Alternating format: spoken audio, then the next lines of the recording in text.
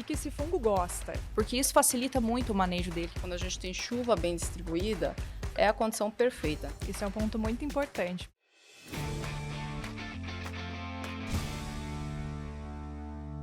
Sejam bem-vindos a mais um Impulso Cast. Sem dúvidas, a ferrugem asiática é a doença da soja que mais tirou o sono dos produtores e ainda preocupa bastante algumas regiões do Brasil. Seus danos podem variar de 10% a 90% em perdas na produção, sendo considerada a doença mais severa que ataca a cultura. E para falar sobre essa terrível ameaça, hoje nós vamos receber Cláudia Vieira Godoy, pesquisadora da Embrapa Soja e doutora em fitopatologia, e Ximena Vilela, gerente de marketing de fungicidas da Bayer. Só lembrando que você pode ouvir e ver esse episódio nas plataformas de áudio, algo que a Bayer trouxe em primeira mão para você, produtor e produtora rural. A ferrugem asiática da soja é causada por um fungo que pode atacar a planta em qualquer momento do seu desenvolvimento. Desde que a doença foi identificada pela primeira vez no Brasil, em 2001, ela é monitorada e pesquisada por vários centros públicos e privados por causa da sua severidade.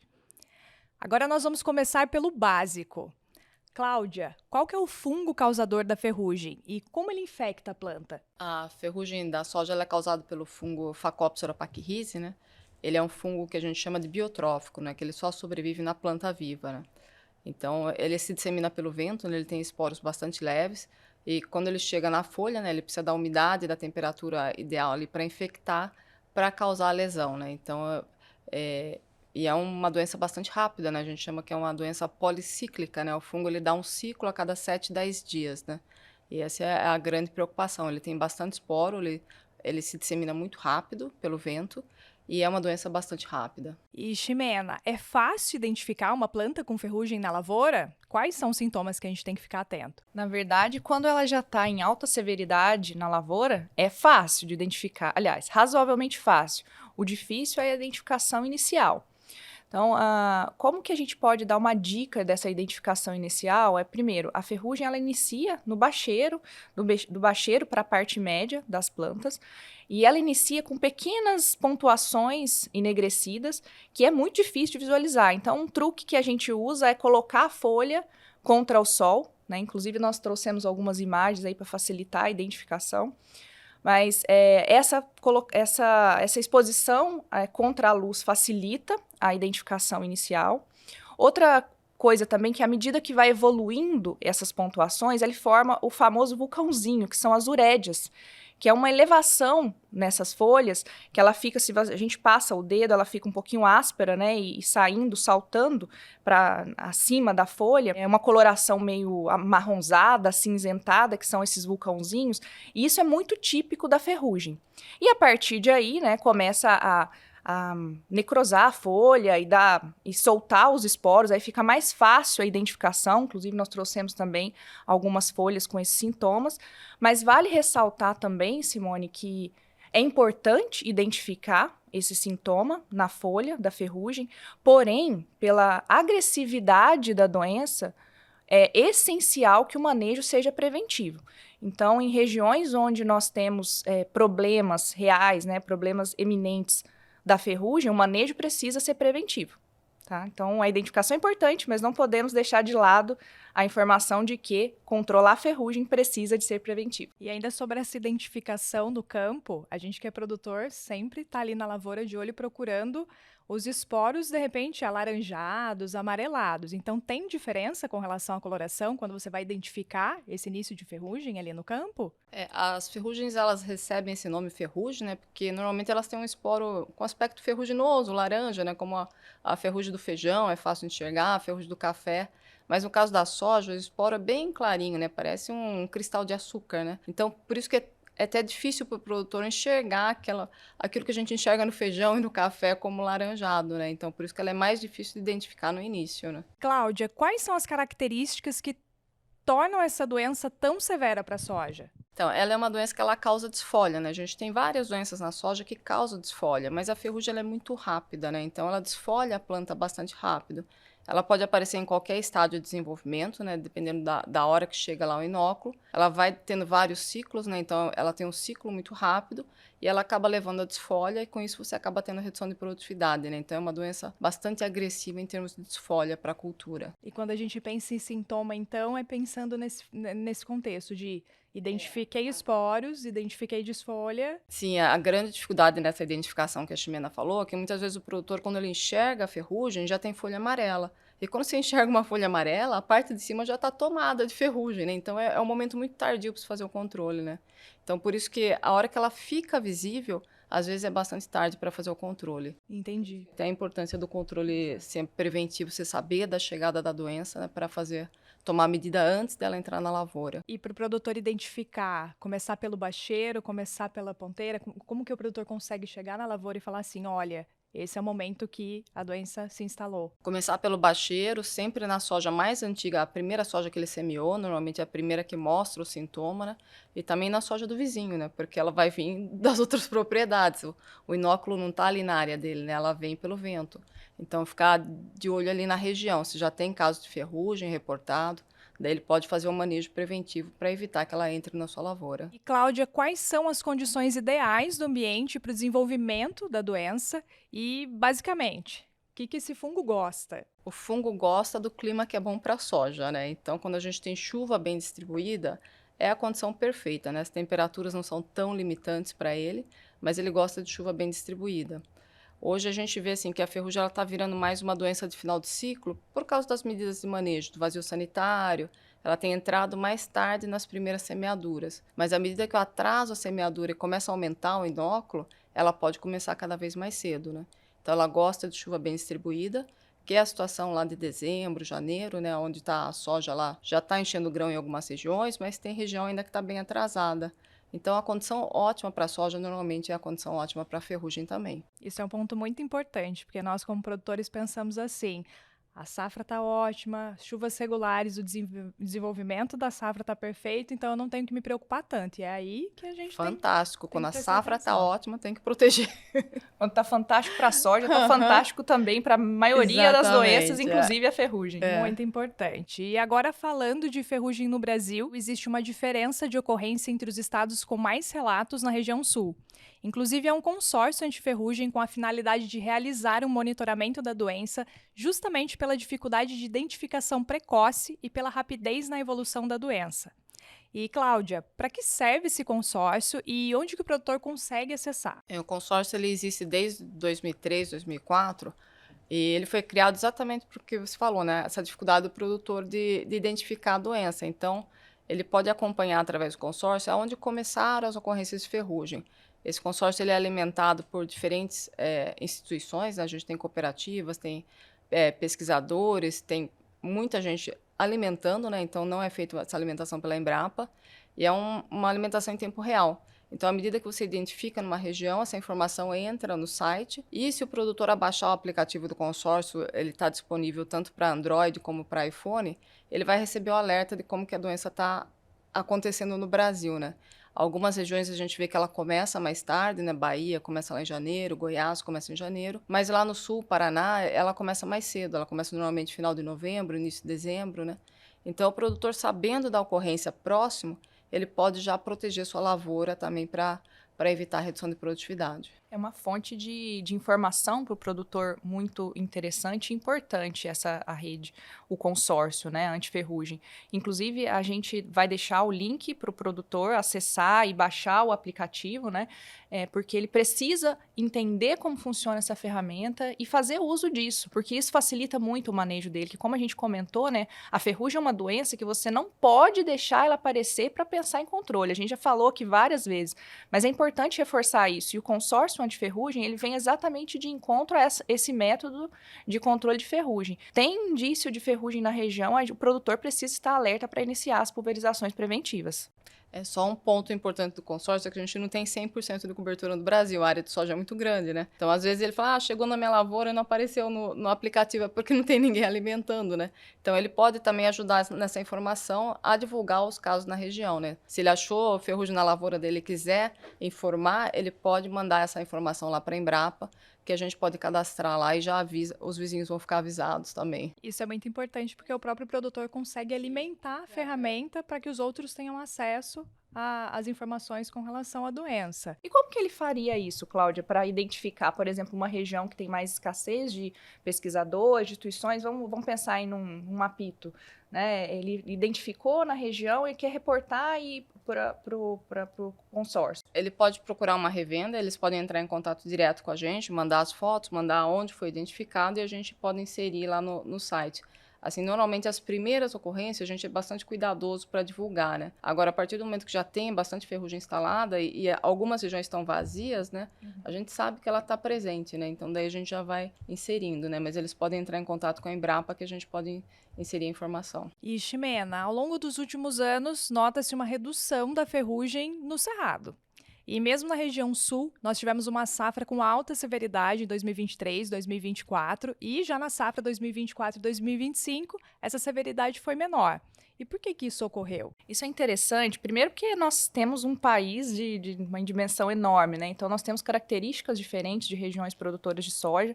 E no Cerrado, eu vou até parafrasear minha amiga Cláudia, que ela me ensinou isso, sabe? Que um dos controles da ferrugem no Cerrado foi o milho safrinha, que ele pressionou para que o plantio da soja fosse cada vez mais precoce, com cultivares precoces, e o manejo também, o manejo efetivo que o produtor vem fazendo, que muitas das vezes ele acha até que está fazendo para mancha-alvo, para podridão, para cercóspora, para outras doenças, mas a maioria dos bons produtos, dos bons fungicidas hoje, ele precisa ter um amplo espectro de ação, considerando também a ferrugem. Então, ele está aplicando, pensando em mancha-alvo ali, mas ele também está fazendo um manejo para a ferrugem. Então, o manejo efetivo, o milho safrinha, que puxou o plantio da soja para mais cedo, a utilização de cultivares precoce, foi o que reduziu a pressão de ferrugem no cerrado. Então, essa é a realidade de cerrado hoje. Pensando em sul, sul é uma região problema, né, Cláudia? Uma região muito problema para a ferrugem, principalmente pensando em Rio Grande do Sul e algumas regiões do Paraná. E por que teve essa oscilação, principalmente nas duas últimas safras? A ocorrência e a severidade da ferrugem no sul, ela é muito relacionada a alguns fenômenos climatológicos, que a gente está falando aí principalmente de Laninha e El Ninho, que na última safra, que foi a 24, 25, nós tivemos uma predominância de Laninha.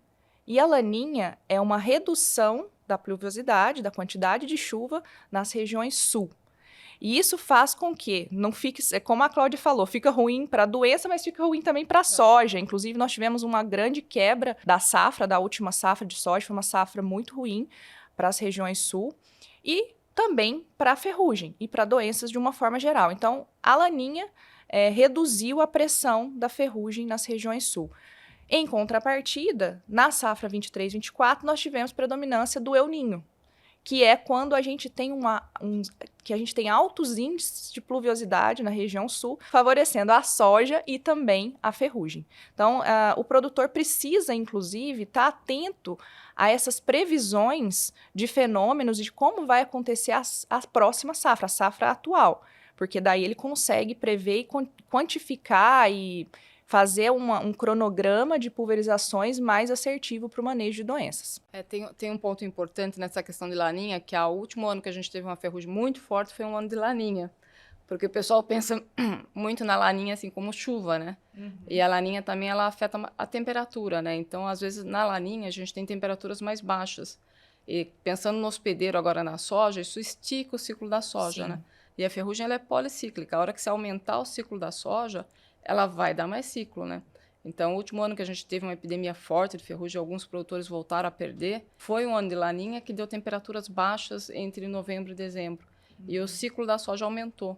E daí a ferrugem entrou forte, tem mais tempo, né? para ela atacar a tem planta, mais tempo, né? Exatamente. Tem mais hospedeiro. Daí fecha o ciclo da doença, né? Uhum. Isso que a Ximena mencionou foi muito importante com relação à rotação de culturas, com relação ao milho safrinha, porque quando a gente pensa nesse manejo preventivo, que é importante, o produtor às vezes acredita que ele começa ali no início da safra, no plantio, e não, ele está começando ali na colheita da cultura, né? Esse manejo de controle de ferrugem começa durante o encerramento da safrinha. Então, eu acho que é importante a gente ressaltar isso, que falando em ciclo, falando, né, em soja precoce, média, ciclo mais longo, a gente aí está passando por uma safra um pouquinho diferente esse ano, em algumas regiões ainda não plantaram, estão plantando agora, e para o produtor que está se preocupando com a variedade precoce, ciclo longo, é uma preocupação com a ferrugem em alguma específica? Não? O que ele tem que se alertar? Eu acho que, na verdade, as cultivares, assim como o vazio sanitário, as cultivares foi o outro ponto que ajudou bastante no controle da ferrugem, né? Porque a gente vê, quando ela começou, os materiais tinham 120, 140 dias, né? Hoje você colhe material com 100 dias, né? Então, é um escape muito grande pelo ciclo da cultivar, né? Então, à medida que você tem cultivares com ciclo maior, as regiões mais frias, né? Que você não tem um ciclo tão curto, né? Ali são as regiões onde você tem que se preocupar com a ferrugem, né?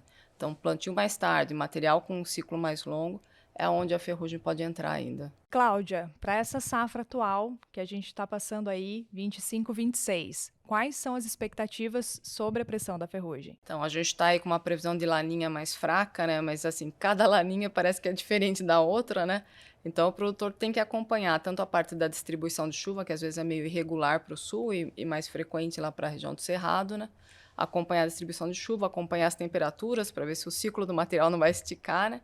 E tomar cuidado com a ferrugem, né? Não é, por exemplo, no sul, é uma laninha, então não vou me preocupar com doença. A última laninha que a gente teve epidemia de ferrugem, ela esticou o ciclo, né? E choveu bem na fase da ferrugem, né? Então tem que tomar bastante cuidado e acompanhar isso semanalmente, né? Não dá para a gente fazer previsões, às vezes, para 3 meses, elas não são tão efetivas, né? Mas acompanhar semanalmente, acompanhar as ocorrências de ferrugem, né?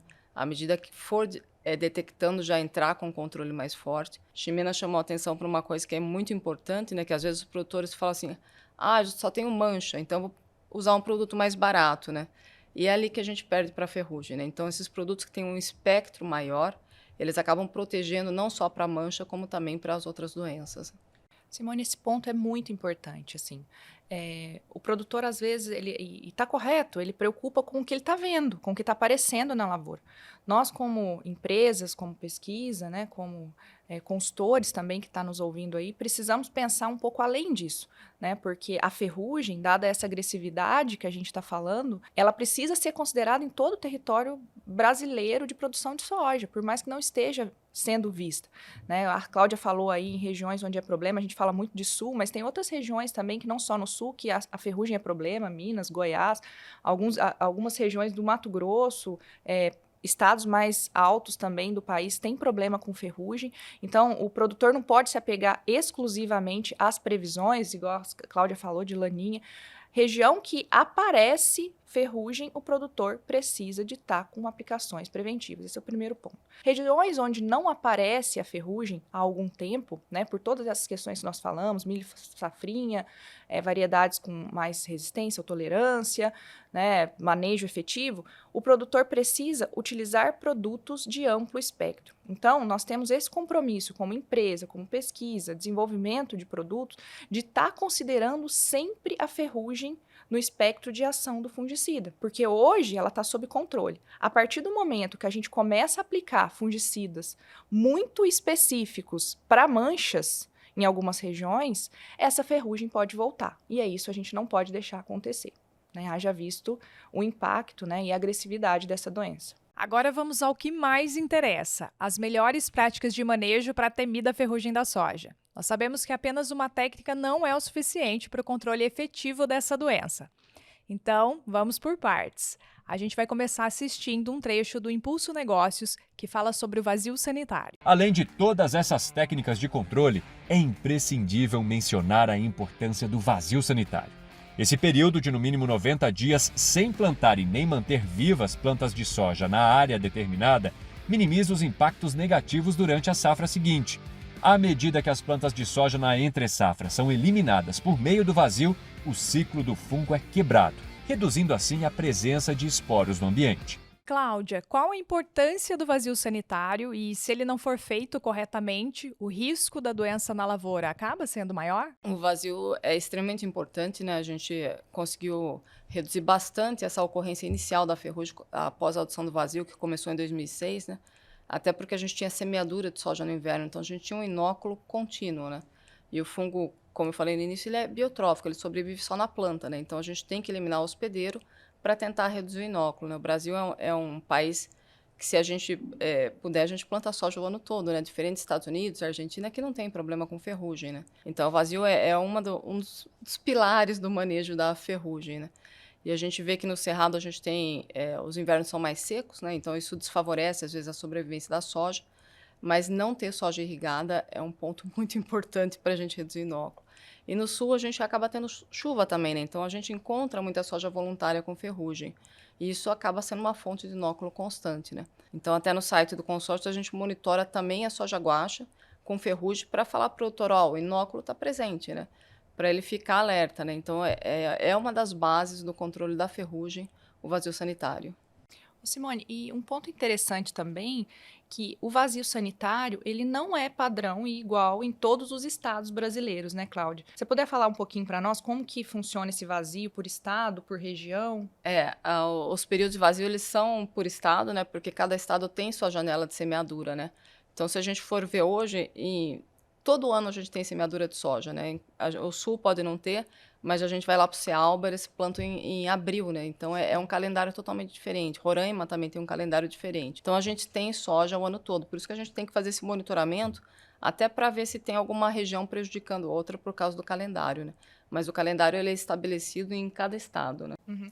Inclusive, a gente pode disponibilizar também a informação de como é distribuído o vazio sanitário nos estados do Brasil. Eu acho que é importante a gente compartilhar com o produtor essa informação também, apesar que isso deve ser de cor e salteado do produtor, mas é importante a gente fornecer essa informação. E, Ximena, além do vazio sanitário, o que pode ser feito para evitar os problemas com a ferrugem asiática na lavoura? São várias estratégias de manejo, nós já falamos de algumas aqui, né? A questão de utilização de cultivares mais tolerantes, mais resistentes. Esse é um ponto que eu gostaria de reforçar o seguinte: a Cláudia falou muito bem com relação à rapidez do ciclo de desenvolvimento desse patógeno, né? Então, a resistência ou a tolerância por si só, ela não é suficiente para você fazer um manejo de ferrugem em lavouras de soja. Então, a resistência ou tolerância, ela é complementar à utilização de fungicidas. Um complementa o outro, né? Então, a ilusão de que nós temos uma variedade resistente ou tolerante, não precisaremos mais de fungicidas, essa realidade não existe, principalmente no Brasil, um país tropical, que o ciclo é muito rápido. Então, esse é o primeiro ponto. E são outras estratégias também, mas eu quero puxar agora aqui um pouquinho para o lado de fungicidas, né?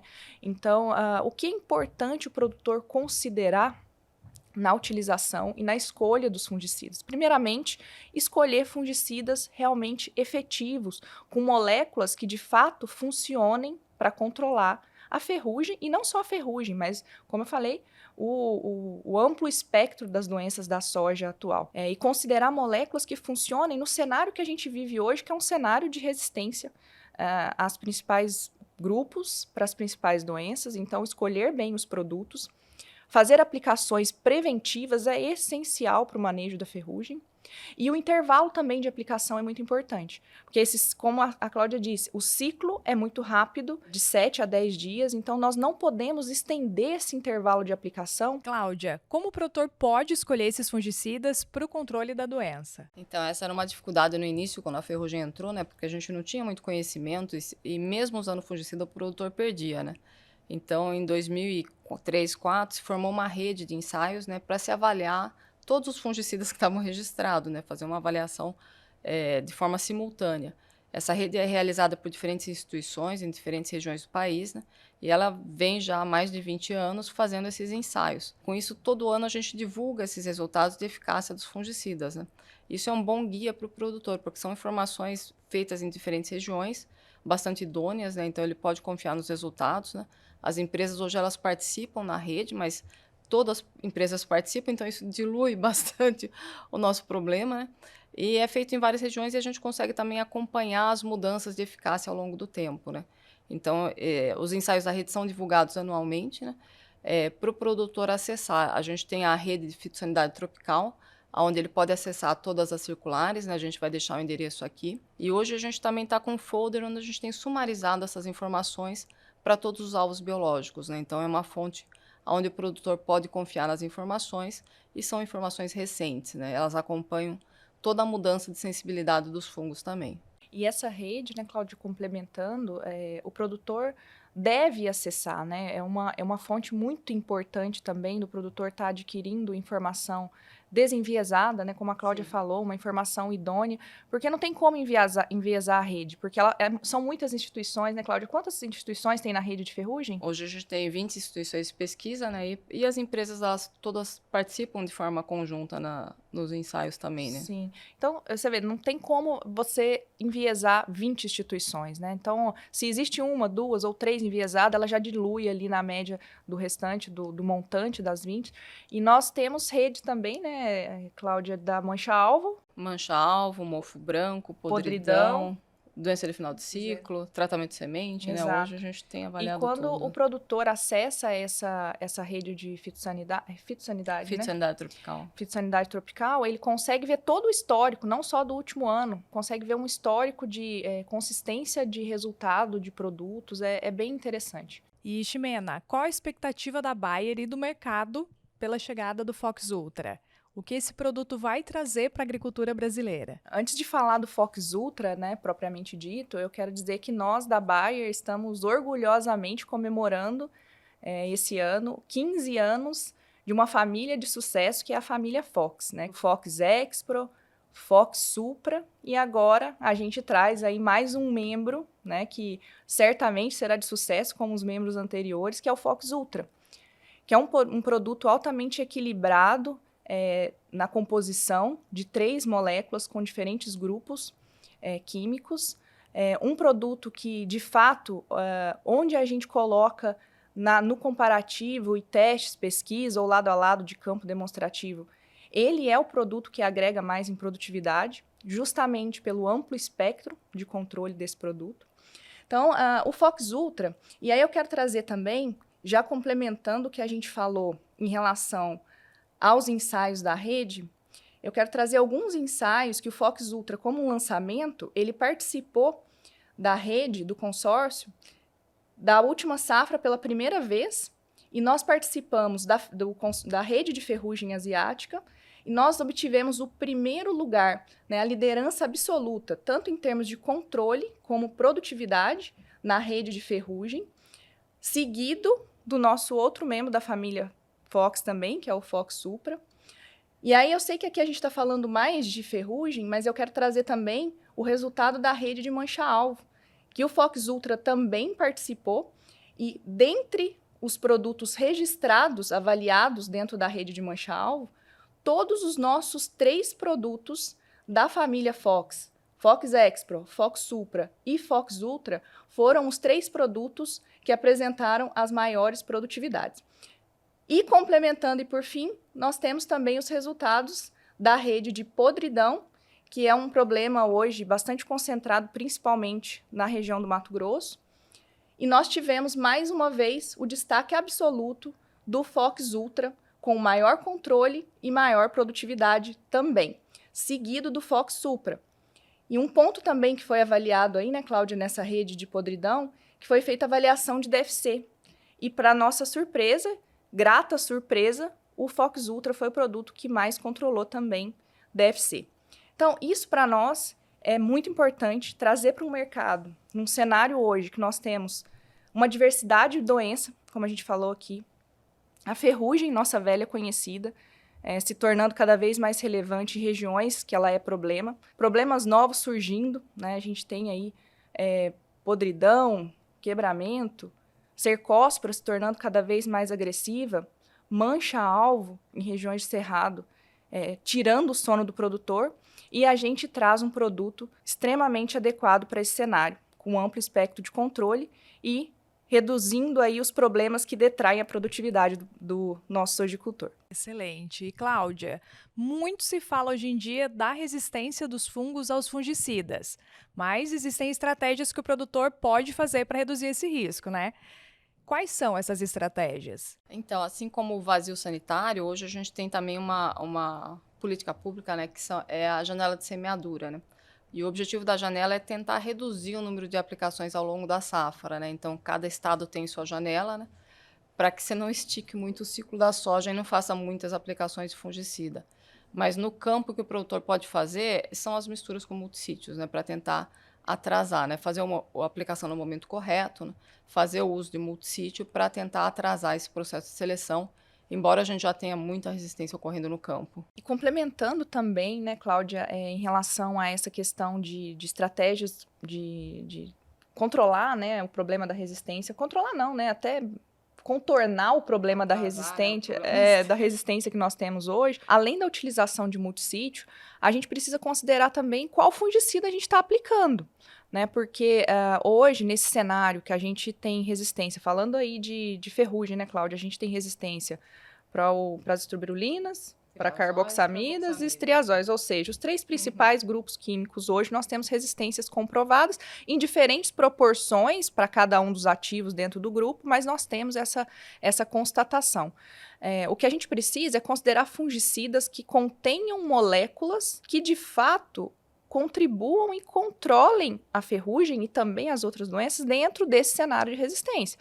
Porque tem alguns fungicidas hoje no mercado que eles são misturas, mas contendo algumas moléculas com baixíssima ou quase nenhuma efetividade para o controle das principais doenças da soja. Então, quase que você aplica ativo isolado. Então, esse é um ponto importante. Outro ponto importante a ser considerado também é a concentração de ativo recomendada por hectare na dose comercial. Né? Não estou falando de concentração por litro, não é a concentração do produto, é a concentração recomendada. Nós precisamos recomendar concentrações de ativos ajustadas, né, para que controle a ferrugem, controle a mancha-alvo, controle a cercóspora, e a gente não faça essa resistência pior, né? A gente não selecione populações mais resistentes também. Então, considerando isso, e aí eu aproveito o gancho para dizer que, principalmente pensando hoje, nós temos o proticonazol, que é o triazol hoje, que a gente pode considerar que é a molécula-chave, né, para controlar as principais doenças da soja.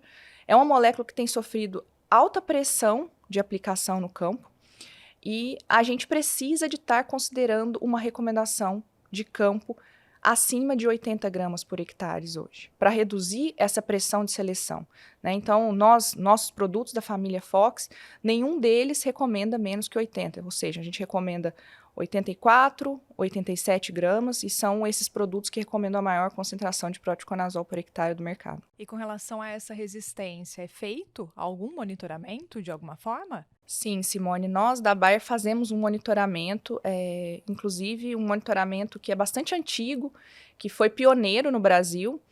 Nós temos aí o nosso laboratório em Paulínia, com uma equipe altamente especializada em monitoramento, não só de fungicidas, mas também de resistência a inseticida e herbicidas.